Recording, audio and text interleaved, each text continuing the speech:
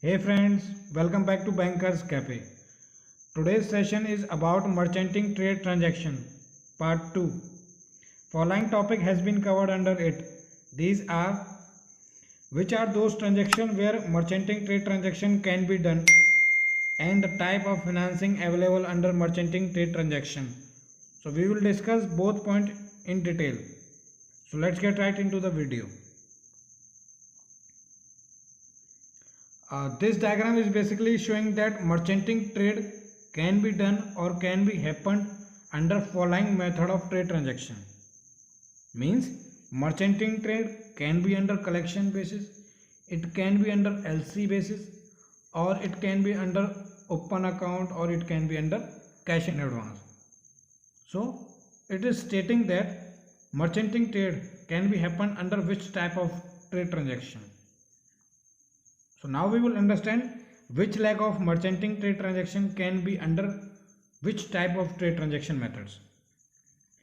So we know that merchanting trade includes two type of payments. One is the export leg and another one is the import leg. Right? So the export leg of merchanting trade transaction, it can be under export collection or it can be under export LC, right?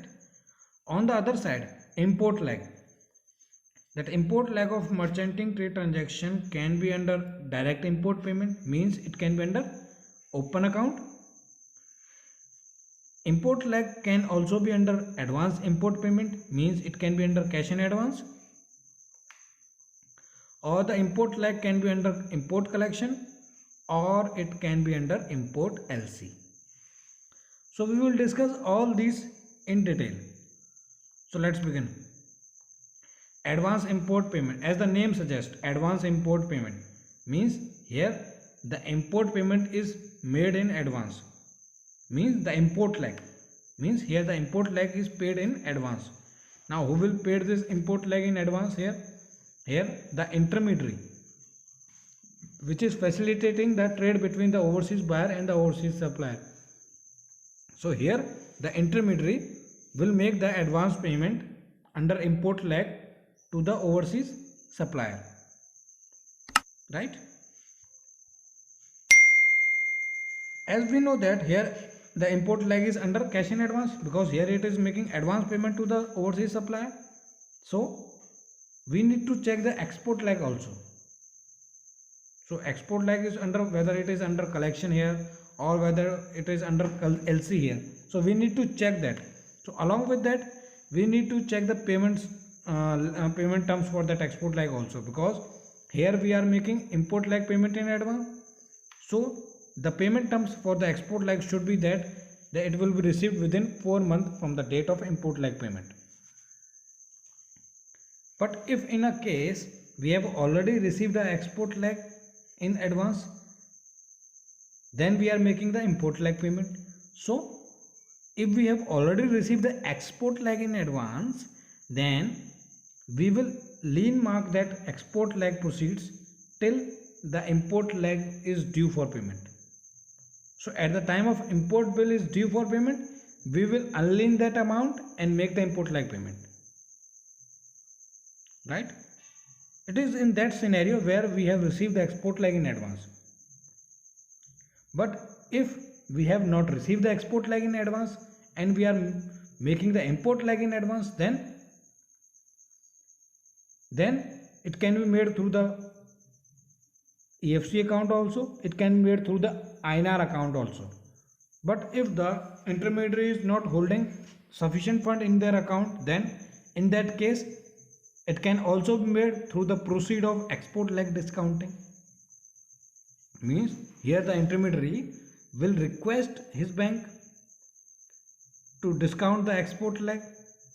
So whenever the purchasing bank discount the export leg, then instead of transferring that advance fund of discounting, it will utilize that advance fund for making the import leg payment.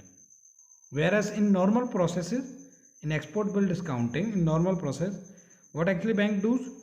So bank here does the once the bill is discounted or negotiated, it will transfer that advance fund to the exporter account. But in this case, it will not transfer that fund to the exporter account. It will utilize that fund for making the import lag payment, right? So after that, here we also need to check the value of both the legs. It is need to be noted that the value of both legs will be checked in each and every transaction. Along with that, we have to check whether that leg is under which type of products. So these two transactions will be carried out in every type of MTT trade transaction, in every leg, right? So here we will check the value of both the legs. What is the value of import leg? What is the value of export leg? Right? Because if the value of export leg is higher than the value of import leg, then it means the intermediary has earned his profit or a commission. It is basically done to check whether a intermediary is earning profit or incurring a loss in a transaction. So it is need to ascertain that also, right? The export PO should be issued in the name of merchant trader, because here merchant trader is reselling the goods which is buy from the overseas supplier to the ultimate overseas buyer. So here the intermediary is acting as an exporter.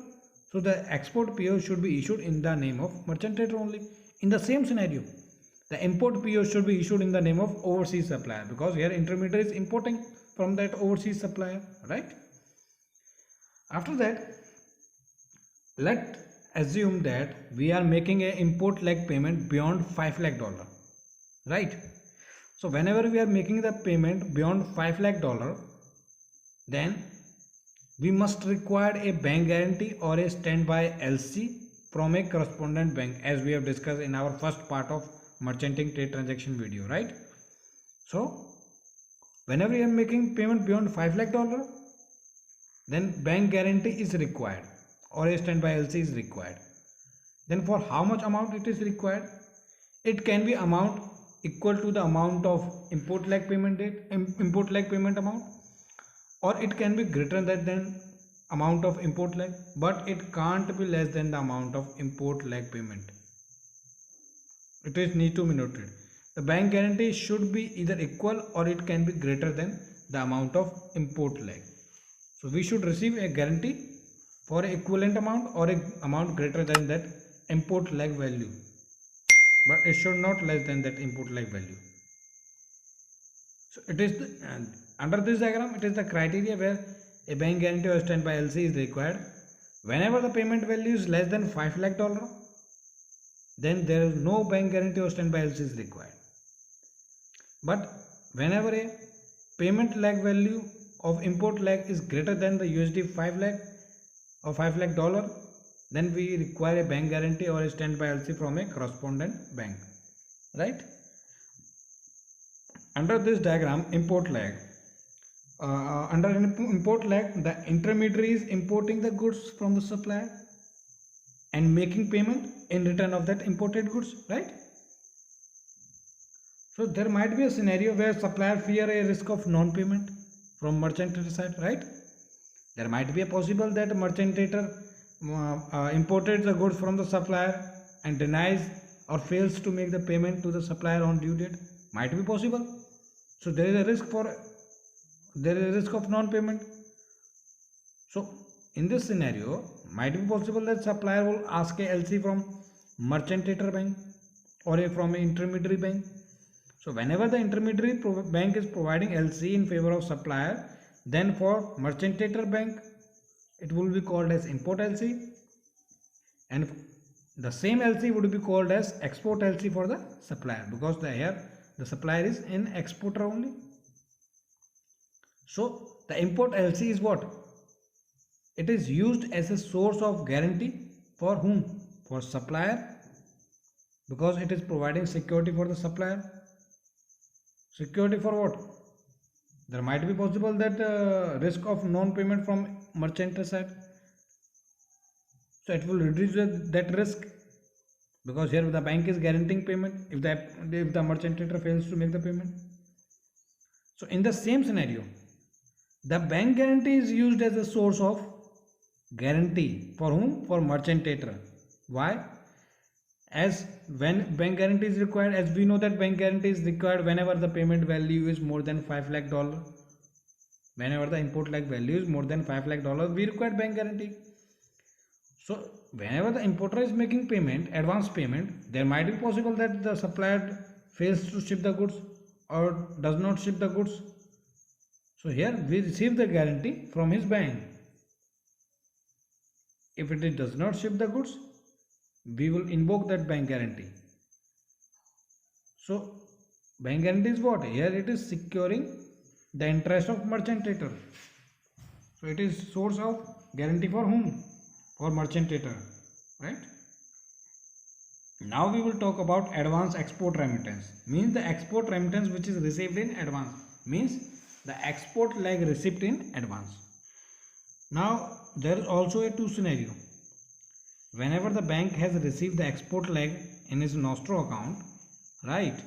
So it need to ascertain two things. First thing is that it need to check whether the import leg payment is made, and the second thing, it need to check whether it is yet to be made or not. Means whether the import leg payment is made or not. If it is made, then the whole received credit of the export leg would be credited into intermediary account if it is import leg is already made, because now it is no leg is pending because it has already made the import leg. Now export leg is received, so now both the leg is already completed, right? So there is no need to hold the fund. But if the import leg payment is yet to be made, then in that scenario the whole amount of export leg receipt would be lien marked until and unless the import leg is due for payment. So at the date of payment of import leg, the amount will be unlien and the import leg payment will be made. So in simple, if import leg payment is already made, then the whole amount will be credited into intermediary account. If the payment is yet to be made, then the amount will be blocked till the import leg payment is made. FIRC can't be issued for export leg receipt. FIRC stands for Foreign Inward Remittance Certificate. It is that certificate which shows that the inward remittance is received against the export of goods. But here under merchanting trade we know that neither there is any export from country nor any import is being made into the country. So whenever there is no export happens or no import happens, means neither there is good entering into the domestic tariff area of an intermediary nor being out from the domestic tariff area of a country. So how come that import and export happen? When there is no import and export happens, then how come any FIRC can be issued, right? Now if the import payment is already made, now we are receiving the export leg receipt. So whenever we are receiving the export leg receipt after making the import leg payment, then we need to check the gap between both the legs at the time of realization of export leg. Means after when we have received the export leg receipt, then we need to check the gap between both the payments, whether it is within 4-month criteria or it is beyond the 4-month criteria. So we need to check that, right? Means we are checking the outlay of foreign exchange, right? In previous guideline, it was mentioned that the export leg can only be credited into INR interest bearing account. But in revised guideline, it was stated by RBI that it can also be credited into EFC account. Means the exchange under foreign currency account, right? After that, the buyer's credit or supplier's credit can't be arranged to the extent of advance receipt for the export leg. What is the meaning of this? Actually, the thing is that the buyer's credit or a supplier's credit cannot be arranged or cannot be issued up to that amount which is already received. Means it can be issued for a remaining amount. Let's take an example. We understand it in example through an example. Suppose that the total value of an export leg is $10,000, right? If we have received the whole amount, means we have already received the $10,000 as an export leg received in advance, then buyer's credit can't be issued. First point. Second point, if we have received the amount in partial, or we have received 30%, 40%, whatever it is the portion, where we have not received the full amount, we have received only the partial amount. Let's take an example that we have received only $3,000 in advance and the $7,000 is outstanding. So for $3,000 we can't issue buyer's credit, but for the remaining amount, that is USD $7,000, we can issue buyer's credit for that amount. And our third point is that if the export leg is outstanding for the whole amount, then the buyer's credit can be issued for full amount, right? So it is need to be noted. Under export leg, the merchant trader receives an export LC if the transaction is under LC. So under this export LC, it guarantees the payment to the merchant trader through buyer's bank. So it is need to be noted, if the export leg is under LC, then only it can be provided by it is provided by a buyer's bank. As under collection, there is no such LC would be there, right? Now we will talk about the export collection. Here the export leg is under collection, right? So we need to check the import leg, whether the import leg is under collection, under LC, or it is under open account or under cash in advance, right? So after that, we need to check the payment terms on the both the legs. Means the payment terms on both the legs should be identical to each other. Means if the import leg is being made in advance, then the export leg should receive within 4 months from that date. If export leg received in advance, then the import leg payment should be made within 4 months from that date of receiving the export leg. And the overall transaction of that MTT should be completed within 9 months. So such payment terms should be there on both the legs if the transaction is under collection, right? After that, the merchanting trader can receive the document from the overseas supplier as per the import guideline. Export collection. Under export collection also, if we need to verify the genuineness of a transaction, then how come we can verify the genuineness of a transaction? We can verify the genuineness of transaction basis the original received, the original transport document or a non-negotiable copy. When we receive the non-negotiable copy, we will check the details of these and verify the transaction of these through an online mode, right? So what are the documents required under export bill whenever export bill is under collection? We require the shipping document which is need to be shipped, which includes the original invoice, original transport document, packing list, insurance, whatever it is demanded under that collection, right? Along with that, for merchant trader bank, we also require a declaration, both leg invoices and other supporting documents just like as FEMA declaration and merchanting trade declaration, right? Now we will discuss about the import collection bills.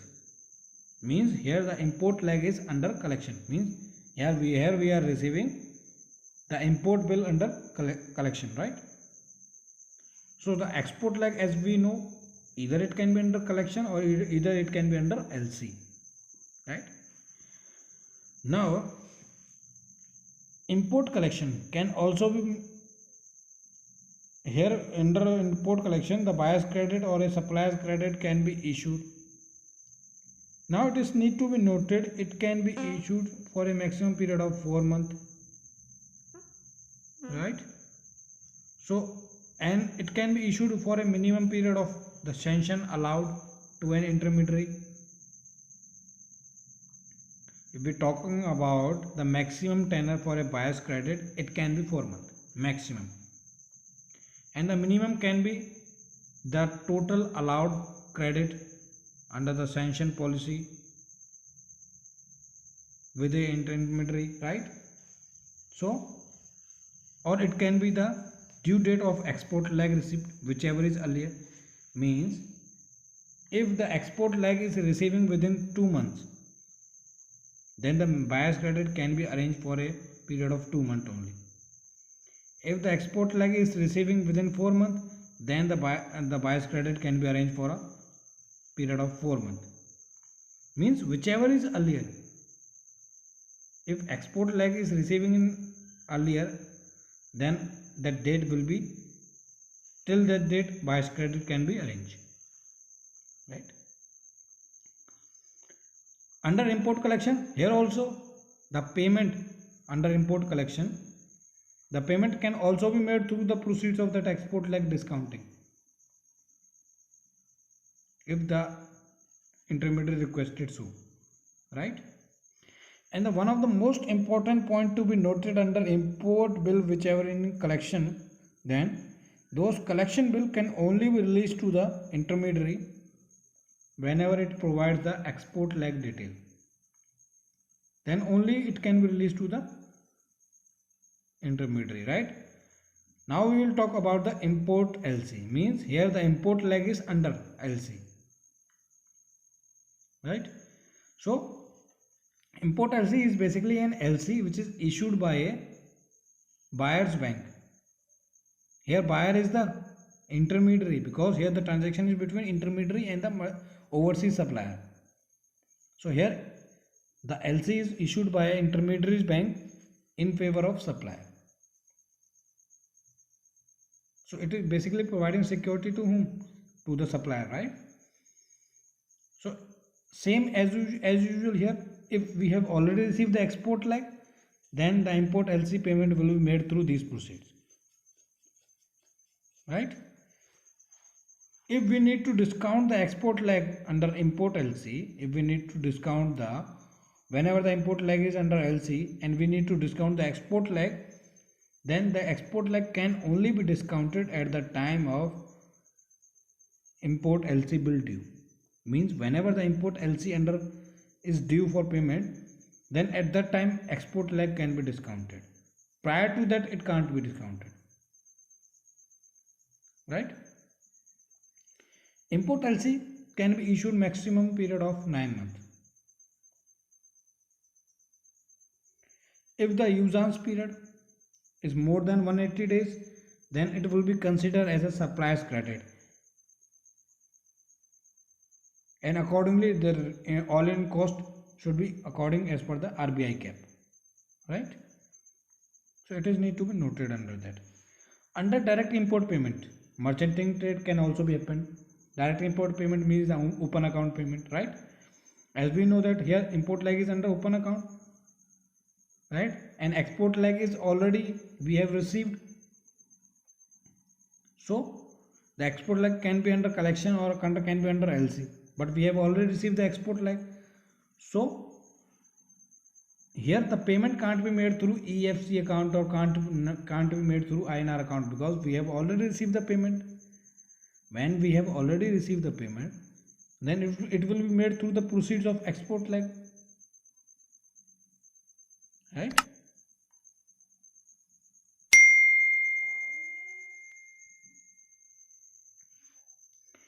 These are the type of finance facility provided under MTT transaction. Means the first is the buyer's credit, supplier's credit. Second one is the export lag discounting. Buyer's credit basically means it is a type of loan which is extended to the importer for payment against imported goods into the India, right? So in simple word we can say that it is a loan which is provided to the importer for making payment against the imported goods which it has imported into the India, right? But nowadays a buyer's credit is already banned in India due to a fraud in PNB Bank. Then currently in India buyer's credit are being funded through SBLC. means here now buyer's credit is being not issued, now it is being issued standby LC backed buyer's credit, means SBLC backed buyer's credit. Now who will issue this? Earlier it was issued from an overseas lender, but nowadays it is being issued through a domestic bank, domestic branch, or a overseas branch of an Indian bank, or through a overseas lender, but it should be in the form of standby LC only, right? All in cost of the buyer's credit should be within the RBI cap limit. It should not go beyond that limit. Buyer's credit, we talk about the maximum tenor for a buyer's credit, it can be 4 months max. And what is the minimum tenor?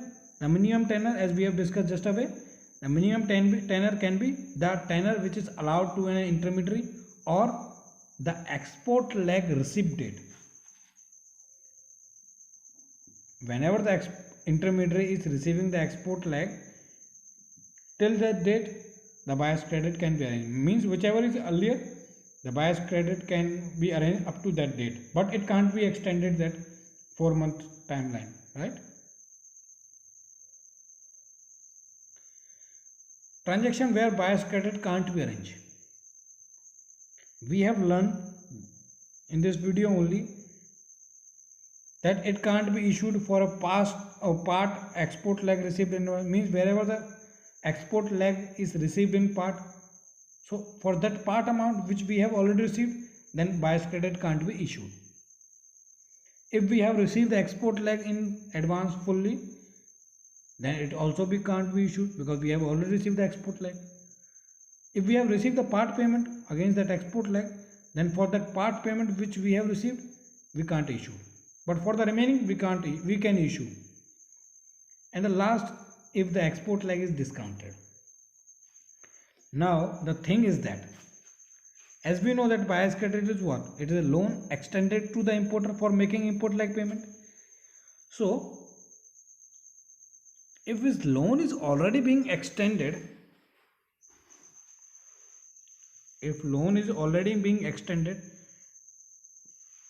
now before understanding that, you need to remember that if buyer's credit is issued against import bill, if buyer's credit or a supplier's credit is issued against import bill, then export leg can't be discounted. If export leg is already discounted, then buyer's credit can't be arranged. Means if one transaction is being issued, then second can't be issued. If buyer's credit is issued against import leg, then against export leg it can't be discounted. If export leg is already discounted first, then buyer's credit can't be issued against import leg. This is need to be noted. Now understand the things. Let understand from export leg discounting aspect first. Export leg is discounted, means the export leg, here the intermediary is exporting the goods and receiving the payment from the overseas buyer, but before receiving the payment from overseas buyer, it has discounted the export leg through his bank, and that bank has already provided the fund by advancing that. But before advancing, it will utilize that advance fund for making the payment of import leg. So when import leg is already paid by the proceed of that export leg, then how come the buyer's credit can be issued? It can't be. So it's a logic behind that, right? Wherever if buyer's credit is already issued against import leg, then it means that import leg will be paid through buyer's credit. Then what is the requirement of export leg discounting? There is no such requirement, right? So these were the 3 transactions where buyer's credit can't be arranged. Export leg discounting. The last one is the export leg discounting. Here the export leg is under LC, means the export leg where the transaction is between the intermediary and the overseas buyer. So here intermediary will exporting the goods after buying from the overseas supplier. So here it will be exporting and the buyer will making the payment to the intermediary. So under this, the export leg is under LC, means Here the intermediary has received an export LC in his favor through buyer's bank. Now here what has happened, here the document are purchases by the intermediary bank. Now what is need to be checked while purchasing those documents? It should be checked by that purchasing bank that whether that LC is restricted with that intermediary bank, or either the LC is available freely, or either the credit is available freely. If the credit is available freely, then there is no risk, there is no problem with that discounting. If the LC is restricted, then that named restricted bank can only discount that. Means the named nominating bank can only discount that if that LC is restricted to that. If LC is available freely, or if LC or the credit is unrestricted, then it can be discounted by any bank, right? So while discounting, it is need to be checked. This is all about my video. Hope you like that video. The next topic we will discuss about factoring and forwarding. Thanks for watching.